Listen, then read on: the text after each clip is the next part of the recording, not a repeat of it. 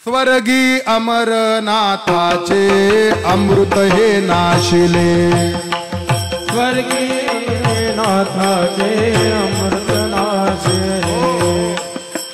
हा प्रसंग नाथांनी सांगितलाय. अमृतासी रोग स्वर्गी झाला पाही. एकदा रोग लागला कशाला? अमृताला. अमृताला अमृता बरं, फडणवीस नव.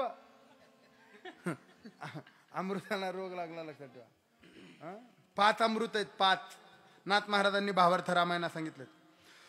सुप्तामृत, तृप्तामृत, उन्मादामृत, सुप्तामृत, तृप्तामृत, उन्मादामृत, ये अमृत प्रलोभनार्थ परमामृत पाचवे असं म्हटलंय. मला 4था आठवणा. तुमच्या संगतीचा परिणाम आहे हा. तुमचे तोंडच असे करून बसले तुम्ही. बरं असू द्या, कारण तुम्हाला लक्षातच राहत नाही काय करावं, अवघडच आहे. म्हणून तर आमचे धंदे चालले. तर आपली ऐता दुआसेदा गता तेच गाव सारं गाव. असू द्या. विठाला विठाला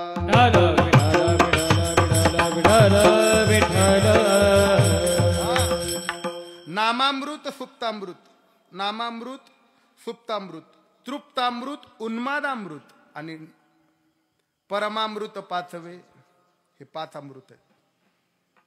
त्याच्यापैकी उन्मादामृत दैत्यांना, बघा तुम्ही, अजूनही ती परंपरा आहे. संध्याकाळ झाली का ते दैत्य उन्मादामृताकडे जातात. फाडून टाकीन. अमृत पिऊन आले का? उन्मादामृत पहिल्या धारेचं.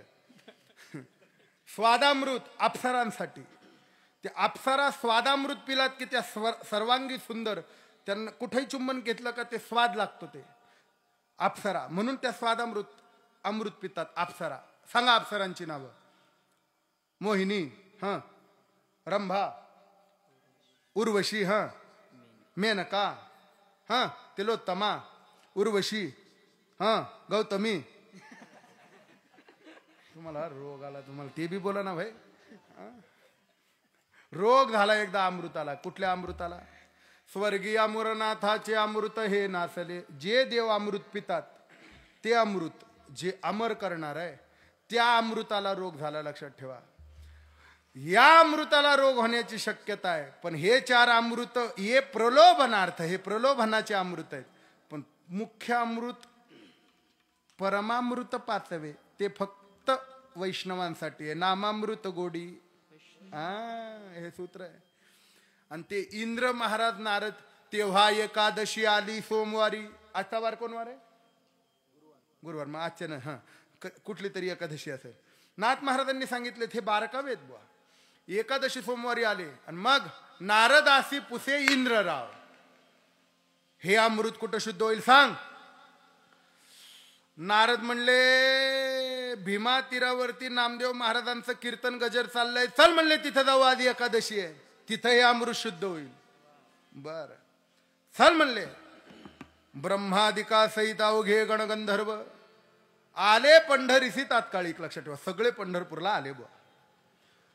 आणि नामदेव महाराज कीर्तनाला उभे होते. नामा कीर्तनासी उभा होता.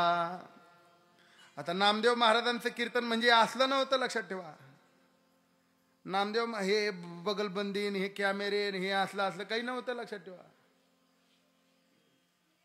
सुंबाचा करदोडा रट्ट्याची लंगोटी, रट्ट्याची लंगोटी. सुंबाचा करदोडा रट्ट्याची लंगोटी, लंगोटी. नामा वाळवंटी, नामा वाळवंटी कीर्तन करी. नामा वाळवंटी, नामा वाळवंटी कीर्तन करी.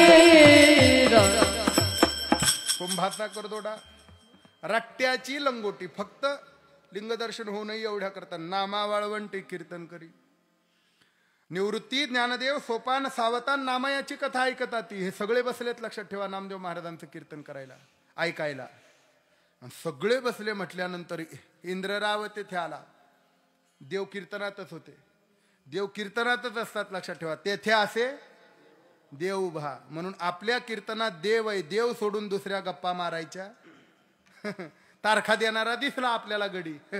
या रामभाऊ या या या या बसा आमच्या कीर्तनात.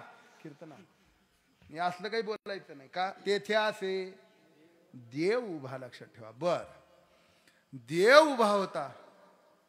नारद डायरेक्ट देवाजवळ उभा राहिला.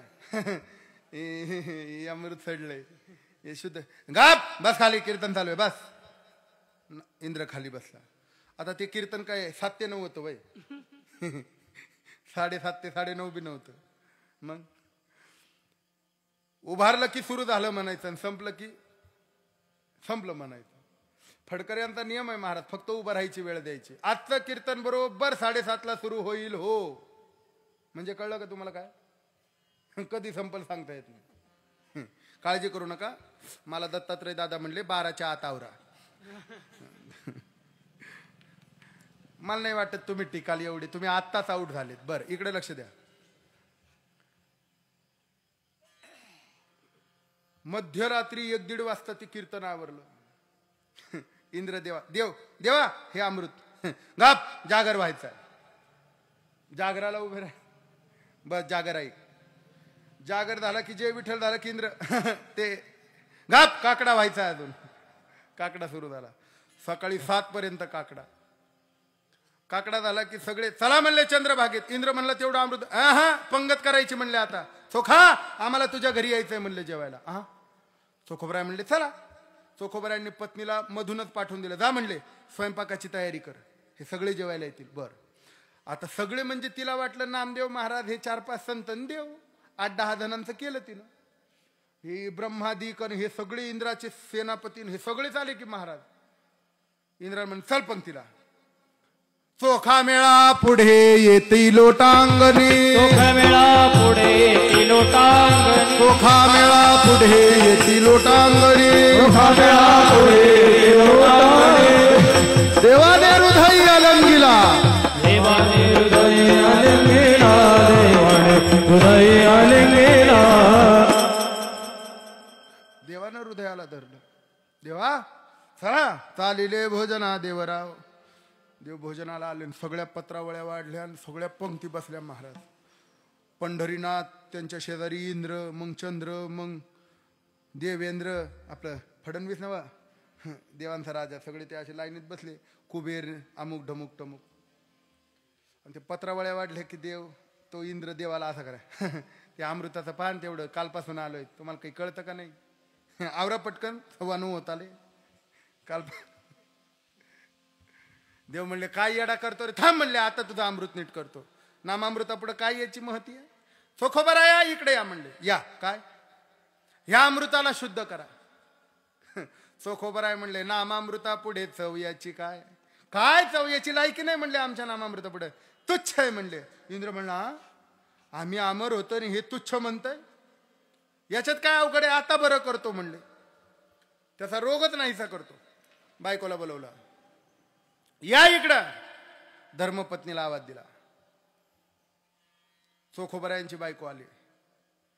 माझी सुद्धा गरज नाही म्हणले रे इंद्रा. मी नामस्मरण करतो ना. माझी सुद्धा गरज नाहीये अमृत शुद्ध करण्याची. माझी बायकोच काफी आहे. कारण तिला सगळं माहिती असते. तुम्ही का ब्रह्मचारी का असे पाहू राहिले माकडं. तिला तुमचे सगळे कुठाने माहिती असते. लक्षात ठेवा. आपल्या परमार्थाची ग्वाही आमच्या बायकोनं द्यावी. देव सुद्धा नाकारणार नाही महाराज. काय सांगतोय मी. रेंज नाही तुमच्याकडं. इकडे लक्ष द्या. हे बाबा हे युट्यूबला टाकू नको. हे तुमच्याकडेच ठेव. टाकू नको हे असलं काही.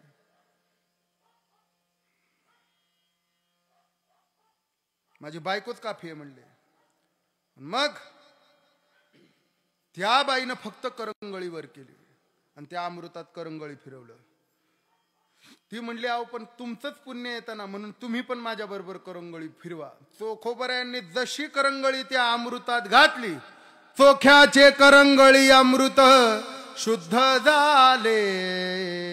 ओवाळू आरती शुद्ध चोखा मेळा. घेता नाम चोखियाचे तुटे भवबंध ज्वाळा. ओवाळू आरती शुद्ध चोखा मेळा. हे चोख